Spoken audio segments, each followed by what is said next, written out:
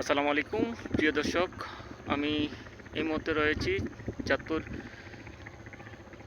পদ্মার পারে। যেই পদ্মার ইলিশের জন্য মানুষ ছুটে চলে, সেই পদ্মার পারে থেকে এই ভিডিওটি ধারণ করছি। সূর্য অস্ত যাবে, সূর্যের কিরণের কারণে আমার ভিডিওটিতে পিছনে আপনারা দেখছেন সূর্যের কিরণ আমার সরাসরি চলে আসছে, সেজন্য ভিডিওটি ঝাপসা দেখা যাচ্ছে। আজকের এই ভিডিওটি আপনাদেরকে এই সন্ধ্যার পূর্ব মুহূর্তে ধারণ করে দেখিয়েছি। আপনারা অবশ্যই আমার পুরো ভিডিওটি দেখবেন। মেঘনার পাড়ের এই চিত্রটি আপনাদেরকে ঘুরে ঘুরে দেখাচ্ছি। আমি রোদ্রের কারণে আমার ভিডিওটিতে চাপসা মেরেছে, আমি ঘুরছি প্রচুর। এই নদীতেই প্রচুর পদ্মার যে ইলিশ, সেই ইলিশ কেনার জন্য মানুষ ছুটে চলে, ব্যস্ত হয়ে পড়ে।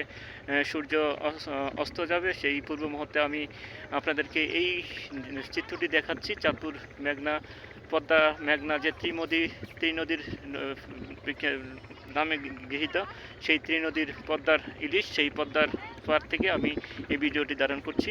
অবশ্যই আপনারা পুরো ভিডিওটি দেখবেন, আমার সাথে থাকবেন, আর আমার পেজের কে লাইক দিবেন, কমেন্ট করবেন, শেয়ার করবেন। আপনাদের প্রতি সেটা অনুরোধ করছি। যারা যারা আমার পেজের সাথে সম্পৃক্ত আছেন, আপনারা অবশ্যই পুরোটি আমার পেজের সকল ভিডিওগুলি দেখবেন। আর এই পদ্মার ইলিশকে যারা ভালোবাসেন, পদ্মার পাড়ের মানুষ, আপনারা অবশ্যই আমার ভিডিওতে লাইক করবেন, কমেন্ট করবেন, সেটা প্রত্যাশা রাখছি।